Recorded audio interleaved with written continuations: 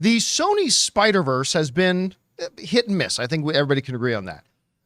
From the animated front into the Spider-Verse, across the Spider-Verse, masterpieces. I really love the first Venom film. I like the second Venom film. Morbius. Then Morbius happened. And then they've got a couple of things coming out that might look like they could be Morbius. Although I'm still looking forward to seeing Craven. I'm looking forward to seeing it, although I fully admit it could end up being a Morbius level thing. I love that you're being an optimist. I choose to be optimistic. Good for you, man. A Morbius level event. A Morbius level event. And then we got Madam Web. And I'm a little torn on Madam Web because I think the premise of it sounds really interesting. The breakdown of the premise of the movie is a great foundation for a good story. But then I saw the trailer.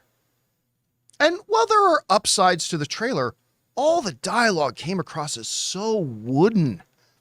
I'm like, and your trailer is supposed to be you putting your best bits forward, right? And I was going to say something, but I'm not. So you would think, is that the best execution of dialogue from the movie is in this trailer? Because that was awful. So I don't know. Anyway, how will it do at the box office? Will it make like $800 million like Venom did? Sure. Will it make lunch money like Morbius did?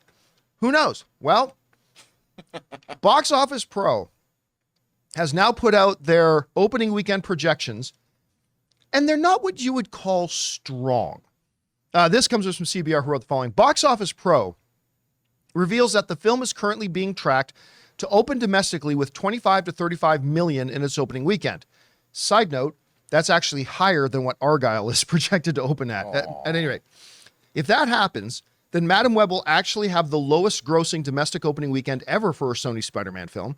It could also become the lowest grossing Marvel movie of 2024 if it finishes its domestic run in the $56 to $101 million range as tracked. So a $25 to $35 million opening weekend. Now, there are two sides to this coin. On the one side, that's not a good number for a comic book film. I mean, it's just not.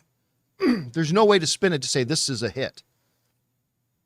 However, Madam Web is not Fast X that cost $340 million to make. Mm-hmm. Madam Web is not the Marvels that cost like $220 million to make. The production budget on Madam Web is $80 million. With a production budget with a marketing budget between $50 to $70 million. That means the hard line number for breaking even is $150 million, which means after theatrical cuts and whatnot, you're talking about a film that needs to make somewhere between $225 and $250 million to break even. And opening to, let's go on the high end, 35, and this isn't being optimistic, this is true. If you do open to 35, and if the movie's good, which might be a huge leap, but if it's good, we don't know, then it worldwide being able to track down $225 million to $250 million is not out of range. Now, if it opens to $15 million, that might be out of range, but if it opens to like $35 million bucks and then has like a full domestic run of like, say, 100 to 125 million, it's not unreasonable to think it could pick up another 100 million world internationally. Could break even. But whether it breaks even or not, this number tells us Sony has not done a good job to get people excited about Madam Web. Doesn't matter how much it costs to make. Doesn't matter if it was very budget friendly. The bottom line is, if you've got $25 to $35 million coming out worth of people coming out to see your movie opening weekend, that means you have not done a good job marketing this film. And I can say that very confidently because I'm interested in this movie because the premise sounds good, and I thought the trailer suffers. So, I mean, and if the movie's bad, which a lot of people seem to think it will be, I hold out hope. I choose to be more optimistic. But if it's bad, man, when's the last time an $80 million comic book film lost money?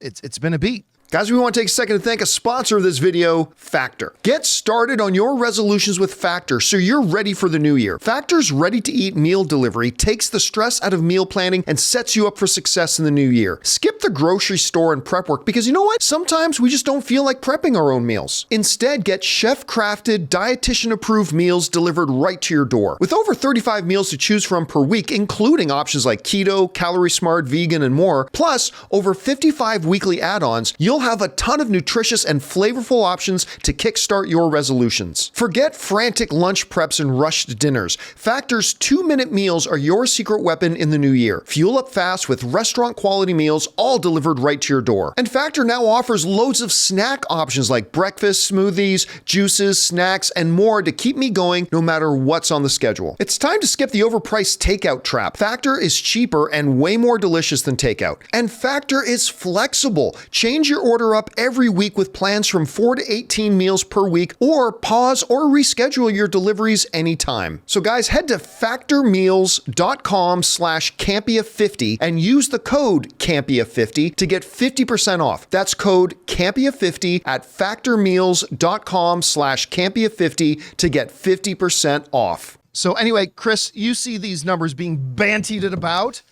How should Sony be looking at this? So what's your take? I'm shocked. I'm so shocked. I'm blown away. Sony needs to get their poop in a group, man.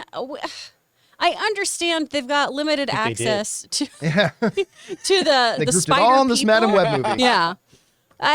They've got limited access to some of the like high caliber spider people, right? Some of the more recognizable ones. Here we have 3 different people who have donned various spider identities, aside from Madam Web here. You know, you've got 2 spider women, you've got a spider girl in there, Orania. And not a lot of people know about these characters, particularly Orania, because she kind of came and went in the comics, and most of them are later iterations too. But we see for a quick second in the trailer, right, that they're going to become spider people. Ooh, but no Neat. Spider-Man. And that's all we get. And then we have this weird kind of like Nick Cage, I can see the future, let's rewind, let's go back and figure this out situation with our Madam Web that is kind of sort of like her powers, but not really in the comics, right? The trailers here just don't do anything justice. And I honestly, I feel the same way I did going into Morbius of, if this is the best thing you have to show me to get excited about this movie, I don't really think you've got a lot in here for me. And I'm shocked we haven't gotten a second trailer. Nope. Since this movie is just a couple of weeks away now. Exactly. And that's the other thing here is you got to build up the anticipation. And I know Marvel in the past has done some trailers where we get way too much information.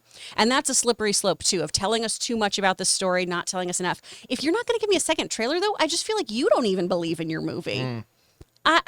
I'm wildly disappointed because I love the idea of 4 women leading a superhero film. Say MCU all you want. I don't give a shit. I think it'd be really, really fun to have 4 strong women dealing in this story. And right now, I'm not particularly excited about this. This is not how I plan to spend my Valentine's Day. I'll tell you that for free. Yeah, and again, with this movie coming out February 14th, what a day of romance. Go see Madam Web. Bore your way into her pants, gentlemen. Anyway, so... I don't know. Maybe the movie would be great. I mean, that's where all the single guys are going to be. I'll I'll see y'all there. I still, true story, I still remember when I first moved to Los Angeles and I moved into Hollywood. I lived in an apartment right in Hollywood and right beside a big grocery store. And I remember on Valentine's Day running down to grab some stuff to make dinner with. Guys, the Los Angeles stereotype is true. The number of single women I saw in that grocery store just buying individual bottles of wine for themselves was crazy. It's like a big stereotype in LA, and there it was. Anyway, this is something with just like 3 weeks away from the movie, the fact that we haven't gotten a second trailer. Now, that doesn't tell me that they're not confident in the film. There's a lot of things they could do to be not confident, like, for instance, holding the review embargo until the day before the movie comes out. But maybe they're just thinking, you know what?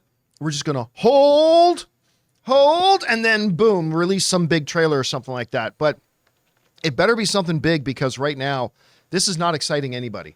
So here's hoping it turns out to be something good. Hey guys, thanks so much for watching this video. Make sure you like the video, leave a comment, and subscribe to our channel. And don't forget, we have a daily podcast called the John Campea Show podcast, available on Apple Podcasts, Spotify, or your favorite podcasting app of choice. Go and subscribe to it today so it'll be there when you need it.